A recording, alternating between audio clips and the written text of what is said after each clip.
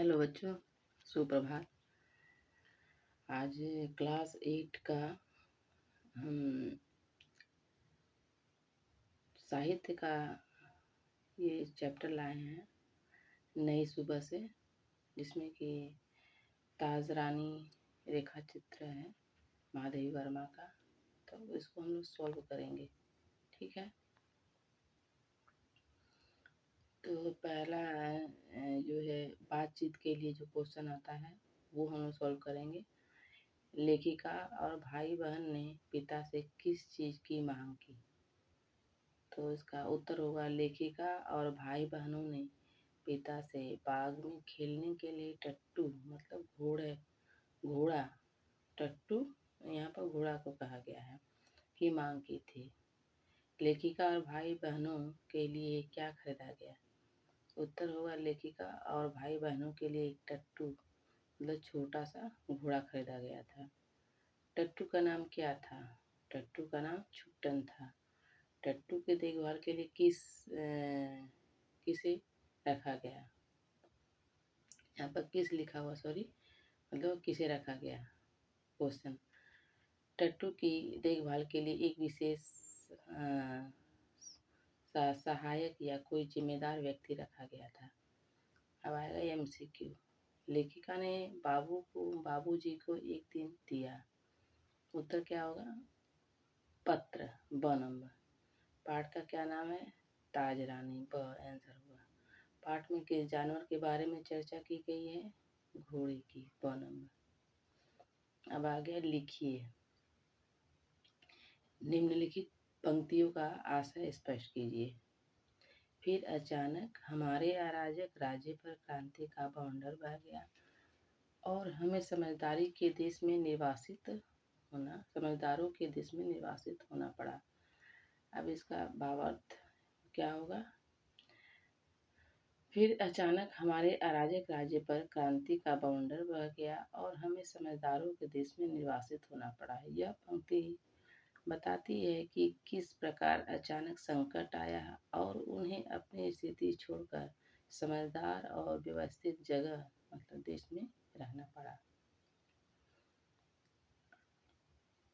दूसरा क्या हुआ क्वेश्चन? यहाँ पर वो भावार्थ था, यहाँ पर अब क्वेश्चन होगा। निम्नलिखित प्रश्नों के उत्तर लिखिए। प्रश्नोत्तर है। पहला क्या है? भाई बहनों ने रानी से दोस्ती कैसे कर ली? भाई बहनों ने रानी से दोस्ती घुड़सवारी के सिलसिले में की, क्योंकि वे टट्टू के कारण रानी से संबंधित थे। घुड़सवारी के लिए क्या तैयार हुए? घुड़सवारी के लिए वे टट्टू घोड़े की सवारी के लिए तैयार हुए। छुट्टन के साथ घूमने के बाद ही बच्चे क्या करते थे? छुट्टन के साथ घूमने के बाद भी बच्चे खेलकूद में लगे रहते थे। रानी सबकी शक्ति और दुर्बलता जानती थी कैसे? रानी सबकी शक्ति और दुर्बलता उनके स्वभाव और व्यवहार से जानती थी। लेखिका रानी पर से कैसे गिरी? उत्तर होगा लेखिका रानी पर से पहले कुछ पूर्वाग्रह रखा करती थी, लेकिन बाद में उसकी अच्छाई और स्नेह देखकर वह अपने पूर्वाग्रह से मुक्त हो गई। लेखिका को कैसे पता चला कि रानी को पश्चाताप हुआ? लेखिका को यह पता चला कि रानी को पश्चाताप हुआ क्योंकि रानी अपने ऊपर हुए अन्याय और मूल परिवार के प्रति किए गए व्यवहार को देखकर अपने कर्तव्यों और योगदान के प्रति ग्लानि महसूस करती है। रानी के अपराध बोध और अपने किए गए निर्णयों एवं अनुभवों पर विचार करने से लेखिका को यह समझ में आता है कि रानी को गहरा पश्चाताप हुआ है। रानी अपने कष्टों और संघर्षों के बीच भी अपने दिल के सच्चे भावों को छुपा नहीं पाती, जिससे लेखक को यह बात ज्ञात होती है। सातवां क्वेश्चन क्या होगा? रानी कैसे घर के लोगों के हृदय में स्थान पा गई? रानी अपने स्वभाव, प्रेम, त्याग और सद्भाव से घर घर के लोगों के हृदय में स्थान पा जाती है। वह अपने परिवार और समाज के प्रति सच्चे मन से समर्पित होती है, इसलिए लोग उसे अपनाते हैं और उसके प्रति सम्मान भावना रखते हैं। रानी की मासूमियत, निष्ठा और सहनशीलता उसे परिवार और समुदाय के हृदय में स्थान दिलाती है। कहानी में यह भी दिखाया गया है कि लोगों का प्रेम और अपनापन धीरे धीरे ही सही लेकिन निश्चित रूप से रानी के लिए बढ़ता है। ये हो गया आपका ताजरानी का क्वेश्चन आंसर सारा। इसको सॉल्व कर दिया गया है। अब आ रहा है भारत कोकिला सरोजिनी नायडू की जीवनी, ये चैप्टर। तो इसमें है बातचीत के लिए हम पहला क्वेश्चन देखेंगे। सरोजिनी नायडू का जन्म कब और कहाँ हुआ था? सरोजिनी नायडू का जन्म 13 फरवरी 1879 को हैदराबाद मतलब आंध्र प्रदेश या फिर इसको बोलो तेलंगाना में हुआ था। सरोजिनी नायडू का विवाह किसके साथ हुआ था? उनका विवाह जो है 1898 में डॉक्टर गोविंद राजूलू नायडू के साथ हुआ था, जो एक दक्षिण भारतीय चिकित्सक थे। तीसरा नंबर, वह स्वतंत्र भारत के किस राज्य की पहली महिला राज्यपाल बनी थी? सरोजिनी नायडू स्वतंत्र भारत के उत्तर प्रदेश राज्य की पहली महिला राज्यपाल बनी थी। अब आते हैं हम सही गलत पर। जो सही रहेगा उस पर हमको चिन्हित करना है। पहला क्वेश्चन क्या है? सरोजिनी नायडू का जन्म स्थान हैदराबाद। सरोजिनी नायडू का जन्म हुआ था कहाँ? ब्राह्मण परिवार में। The lady of the lake कविता सरोजिनी नायडू ने किस उम्र में लिखी थी? 13 वर्ष। सरोजिनी नायडू का विवाह हुआ था 1898। रिक्त स्थानों की पूर्ति। सरोजिनी को भारत कोकिला के नाम से जाना जाता है। सन 1980 में सरोजिनी ने मद्रास विश्वविद्यालय से मैट्रिक या इंटरमीडिएट की परीक्षा प्रथम श्रेणी में उत्तीर्ण की। मैट्रिक भी बोल सकते हो या फिर इंटरमीडिएट। उसको 10 क्लास 10 को मैट्रिक बोल सकते हैं, इंटरमीडिएट भी। सरोजिनी का विवाह सन 1898 में डॉक्टर गोविंद राजूलू नायडू के साथ हुआ। गोपाल कृष्ण गोखले सरोजिनी नायडू के अच्छे मित्र थे। स्वतंत्रता के बाद सरोजिनी नायडू को उत्तर प्रदेश का राज्यपाल बनाया गया।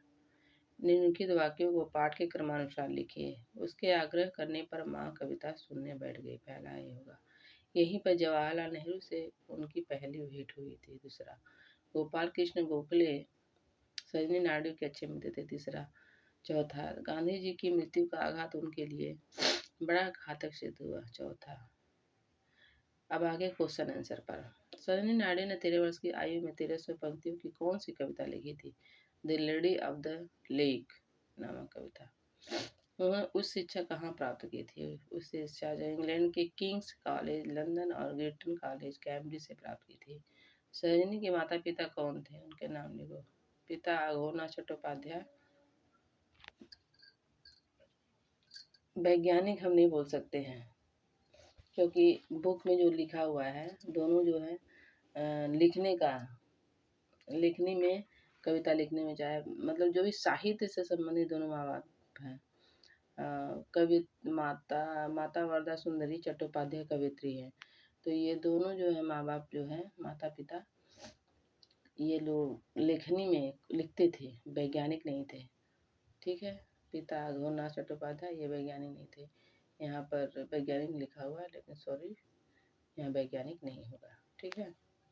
नमक सत्याग्रह में सरोजिनी नायडू ने किस प्रकार भाग लिया था? सरोजिनी नायडू ने नमक सत्याग्रह में आगे बढ़कर नेतृत्व किया और गांधी जी की गिरफ्तारी के बाद आंदोलन का नेतृत्व संभाला था। सरोजिनी नायडू की कुछ रचनाओं के नाम लिखो। The golden threshold, the bird of time, the broken wing, ये उनकी रचनाएं हैं। महान साहित्यकार एडमंड गोसे ने सरोजिनी नायडू को क्या राय दी थी? एडमंड गोसे ने उन्हें सलाह दी थी कि वह भारतीय विषयों और भारतीय परिवेश पर कविताएं लिखें। भारतीय राष्ट्रीय कांग्रेस के अध्यक्ष चुने जाने पर महात्मा गांधी ने सरोजिनी नायडू के बारे में क्या कहा था? गांधी जी ने उन्हें भारत कोकिला, द नाइटिंगेल ऑफ इंडिया कहकर पुकारा था और कहा था कि वे संगठन में नई ऊर्जा और करुणा लाती हैं। महात्मा गांधी के निधन पर सरोजिनी नायडू ने क्या विचार व्यक्त किए थे? सरोजिनी नायडू ने गांधी जी को सत्य और अहिंसा के पुजारी और उनकी मृत्यु को राष्ट्र के लिए गहरा आघात माना। अब आ गया बापू का पत्र, तीसरा वाला। बातचीत के लिए गांधी जी को किस जेल में कैद किया गया था? गांधी जी को डगसाई जेल हिमाचल प्रदेश में कैद किया गया था। डगसाई जेल तो हिमाचल प्रदेश में पड़ता है। बड़ी उम्र में किन किन विषयों को सीखने में परेशानी होती है? बड़ी उम्र में गणित और संस्कृत सीखने में परेशानी होती है। गांधी जी ने किसे पत्र लिखा था?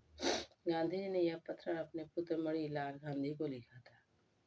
गांधी जी ने कब पत्र लिखा था? यह पत्र 25 मार्च 1909 को प्रिटोरिया जेल में लिखा गया था। अब आ गया सही चिन्ह लगाना। गांधी जी ने पत्र लिखा था 25 अप्रैल 1909 को। गांधी जी ने पत्र लिखा था किसको? मणिलाल को। किस जेल से गांधी जी ने पत्र लिखा था? प्रिटोरिया जेल से। पत्र में गांधी जी ने किसके स्वास्थ्य के बारे में चर्चा की है? सभी के बारे में। रिक्त स्थान की पूर्ति कीजिए। मैं प्रिटोरिया जेल में हूँ। मैं जानता हूँ कि तुम्हें अपनी माँ के प्रति रोष है। याद रखना कि अब हमें निर्धनता में जीना है। अक्षर ज्ञान के साथ साथ गणित और संस्कृति पर भी पूरा ध्यान देना। हमें बात से पहले उठकर प्रार्थना करनी चाहिए। निम्नलिखित पंक्तियों का आशय स्पष्ट कीजिए। मैं जितना अधिक विचार करता हूँ उतना ही मुझे लगता है कि निर्धनता में ही सुख है। इसका मतलब, इसका आशय यह है कि गांधी जी मानते हैं सच्चा सुख भौतिक संपदा में नहीं बल्कि सरल जीवन और निर्धनता में होता है। सुख पाने के लिए अति वैभव की आवश्यकता नहीं। सच्ची शिक्षा तो चरित्र का निर्माण करती है और कर्तव्य का बोध कराती है। इसका मतलब यह है कि शिक्षा केवल ज्ञान देना नहीं बल्कि व्यक्ति का चरित्र मजबूत बनाना और उसे अपने कर्तव्यों की समझ देना है। निम्नलिखित प्रश्नों के उत्तर लिखिए। गांधी जी ने किन 3 बातों को महत्व बताया? गांधी जी ने शारीरिक स्वास्थ्य, अच्छी शिक्षा और सही चरित्र निर्माण को 3 बातों का महत्व बताया है।